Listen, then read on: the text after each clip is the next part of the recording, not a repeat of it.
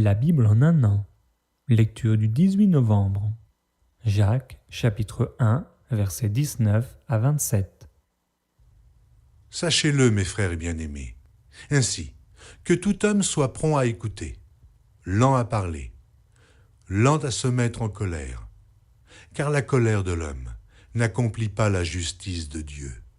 C'est pourquoi, rejetant toute souillure et tout excès de malice, recevez avec douceur la parole qui a été plantée en vous et qui peut sauver vos âmes.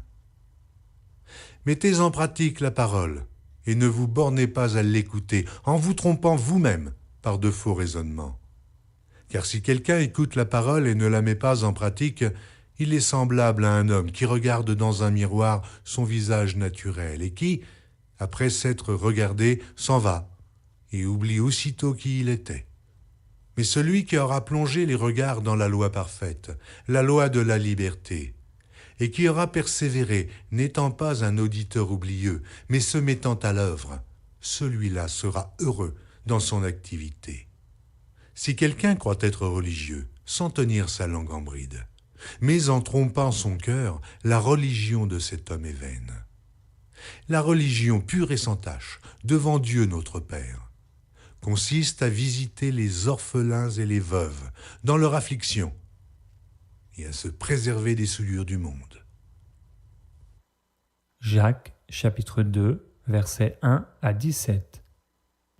Mes frères, que votre foi en notre glorieux Seigneur Jésus-Christ soit exempte de toute acception de personne. Supposez en effet qu'il entre dans votre assemblée un homme avec un anneau d'or et un habit magnifique, et qu'il y entre aussi un pauvre misérablement vêtu. Si, tournant vos regards vers celui qui porte l'habit magnifique, vous lui dites « Toi, assieds-toi ici à cette place d'honneur ». Et si vous dites au pauvre « Toi, tiens-toi là debout » ou bien « Assieds-toi au-dessous de mon marchepied », ne faites-vous pas en vous-même une distinction? Et ne jugez-vous pas sous l'inspiration de pensées mauvaises? Écoutez, mes frères bien-aimés, Dieu n'a-t-il pas choisi les pauvres aux yeux du monde pour qu'ils soient riches en la foi et héritiers du royaume qu'il a promis à ceux qui l'aiment? Et vous, vous avilissez le pauvre. Ne sont-ce pas les riches qui vous oppriment et qui vous traînent devant les tribunaux? Ne sont-ce pas eux qui outragent le beau nom que vous portez? Si vous accomplissez la loi royale selon l'Écriture, tu aimeras ton prochain comme toi-même, vous faites bien. Mais si vous faites exception de personne, vous commettez un péché, vous êtes condamnés par la loi comme des transgresseurs. Car quiconque observe toute la loi, mais pêche contre un seul commandement, devient coupable de tous. En effet, celui qui a dit « tu ne commettras point d'adultère » a dit aussi « tu ne tueras point ». Or, si tu ne commets point d'adultère, mais que tu commettes un meurtre, tu deviens transgresseur de la loi. Parlez et agissez comme devant être jugés par une loi de liberté. Car le jugement est sans miséricorde pour qui n'a pas fait miséricorde. La miséricorde triomphe du jugement. Mon frère, que sert-il à quelqu'un de dire qu'il a la foi s'il n'a pas les œuvres? La foi peut-elle le sauver? Si un frère ou une sœur sont nus et manquent de la nourriture de chaque jour, et que l'un d'entre vous leur dise « Allez en paix, chauffez-vous et vous rassasiez », et que vous ne leur donniez pas ce qui est nécessaire au corps, à quoi cela sert-il? Il en est ainsi de la foi, si elle n'a pas les œuvres. Elle est morte en elle-même. Ézéchiel, chapitre 37. La main de l'Éternel fut sur moi, et l'Éternel me transporta en esprit, et me déposa dans le milieu d'une vallée remplie d'ossements. Il me fit passer auprès d'eux, tout autour. Et voici, ils étaient fort nombreux, à la surface de la vallée, et ils étaient complètement secs. Il me dit, « Fils de l'homme, ces eaux pourront-ils revivre ?» Je répondis, « Seigneur éternel, tu le sais. » Il me dit, « Prophétise sur ces eaux, et dis-leur, « Ossements desséchés, écoutez la parole de l'Éternel. Ainsi parle le Seigneur, l'Éternel, à ces eaux. Voici, Je vais faire entrer en vous un esprit, et vous vivrez. Je vous donnerai des nerfs, je ferai croître sur vous de la chair. Je vous couvrirai de peau, je mettrai en vous un esprit, et vous vivrez. Et vous saurez que je suis l'Éternel. Je prophétisais selon l'ordre que j'avais reçu, et comme je prophétisais, il y eut un bruit. Et voici, il se fit un mouvement, et les eaux s'approchèrent les uns des autres. Je regardais, et voici, il leur vint des nerfs, la chair crut, et la peau les couvrit par-dessus. Mais il n'y avait point en eux d'esprit. Il me dit, prophétise, et parle à l'esprit. Prophétise, fils de l'homme, et dis à l'esprit, ainsi parle le Seigneur, l'Éternel. Esprit, viens des quatre vents, souffle sur ces morts, et qu'ils revivent. Je prophétisais selon l'ordre qu'il m'avait donné. Et l'Esprit entra en eux, et ils reprirent vie, et ils se tinrent sur leurs pieds. C'était une armée nombreuse, très nombreuse. Il me dit, fils de l'homme, ces eaux, c'est toute la maison d'Israël. Voici, ils disent, nos eaux sont desséchées, notre espérance est détruite, nous sommes perdus. Prophétise donc, et dis-leur, ainsi parle le Seigneur, l'Éternel.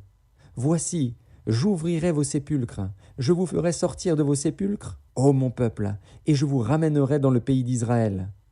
Et vous saurez que je suis l'Éternel, lorsque j'ouvrirai vos sépulcres, et que je vous ferai sortir de vos sépulcres, ô mon peuple. Je mettrai mon esprit en vous, et vous vivrez. Je vous rétablirai dans votre pays, et vous saurez que moi, l'Éternel, j'ai parlé et agi, dit l'Éternel. La parole de l'Éternel me fut adressée en ces mots. Et toi, fils de l'homme, prends une pièce de bois et écris dessus « Pour Juda et pour les enfants d'Israël qui lui sont associés ». Prends une autre pièce de bois et écris dessus « Pour Joseph, bois d'Éphraïm et de toute la maison d'Israël qui lui est associée ». Rapproche-les l'une et l'autre pour en former une seule pièce, en sorte qu'elles soient unies dans ta main. Et lorsque les enfants de ton peuple te diront « Ne nous expliqueras-tu pas ce que cela signifie ?» Réponds-leur « Ainsi parle le Seigneur, l'Éternel. Voici, je prendrai le bois de Joseph qui est dans la main d'Éphraïm et les tribus d'Israël qui lui sont associées. Je les joindrai au bois de Juda et j'en formerai un seul bois, en sorte qu'il ne soit qu'un dans ma main. Les bois sur lesquels tu écriras seront dans ta main, sous leurs yeux. Et tu leur diras, ainsi parle le Seigneur, l'Éternel. Voici, je prendrai les enfants d'Israël du milieu des nations où ils sont allés. Je les rassemblerai de toutes parts, et je les ramènerai dans leur pays. Je ferai d'eux une seule nation dans le pays, dans les montagnes d'Israël. Ils auront tous un même roi. Ils ne formeront plus deux nations, et ne seront plus divisés en deux royaumes. Ils ne se souilleront plus par leurs idoles, par leurs abominations, et par toutes leurs transgressions. Je les retirerai de tous les lieux qu'ils ont habités et où ils ont péché, et je les purifierai. Ils seront mon peuple, et je serai leur Dieu. Mon serviteur David sera leur roi, et ils auront tous un seul pasteur. Ils suivront mes ordonnances, ils observeront mes lois et les mettront en pratique. Ils habiteront le pays que j'ai donné à mon serviteur Jacob et qu'ont habité vos pères. Ils y habiteront, eux, leurs enfants, et les enfants de leurs enfants, à perpétuité. Et mon serviteur David sera leur prince pour toujours.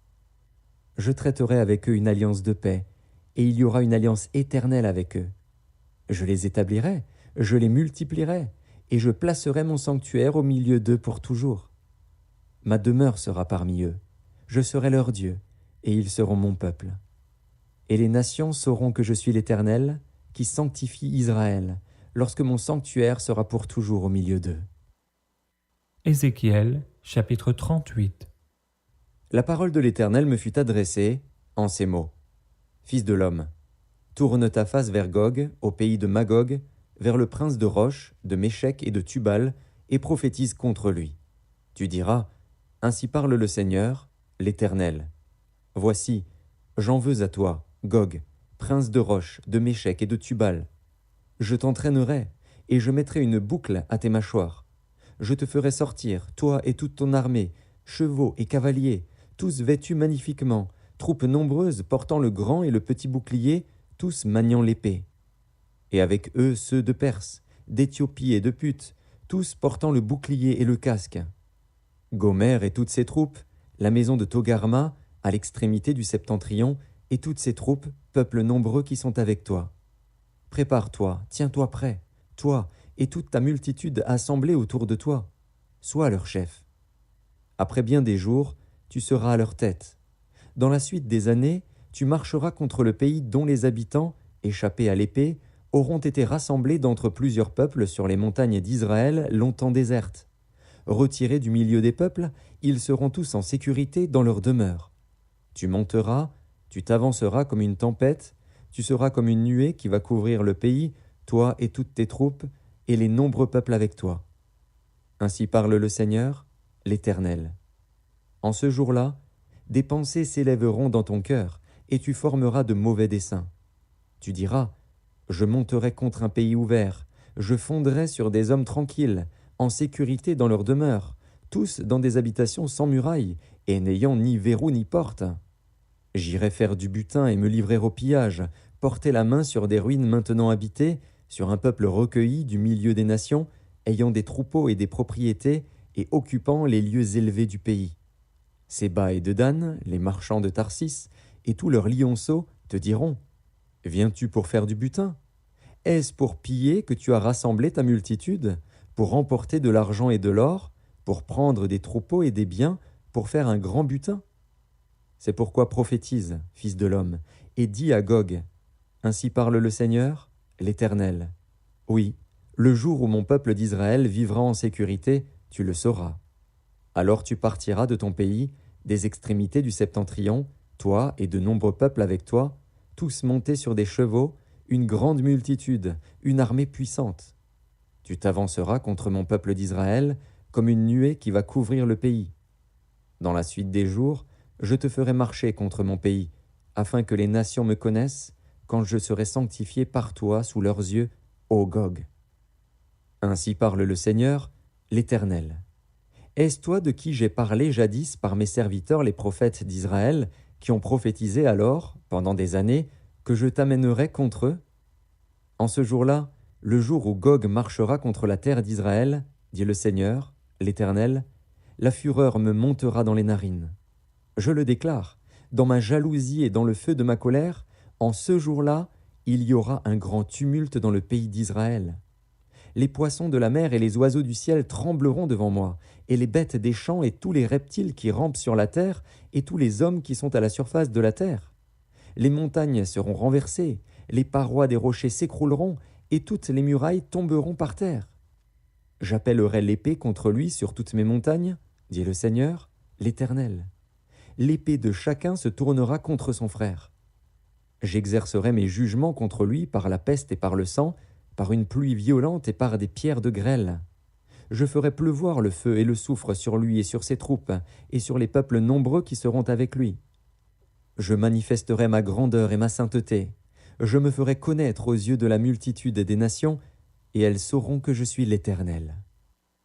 Psaume chapitre 117. Louez l'Éternel, vous toutes les nations. Célébrez-le, vous tous les peuples. Car sa bonté pour nous est grande, et sa fidélité durera toujours. Louez l'Éternel. Proverbe chapitre 28, verset 1. Le méchant prend la fuite sans qu'on le poursuive. Le juste a de l'assurance comme un jeune lion.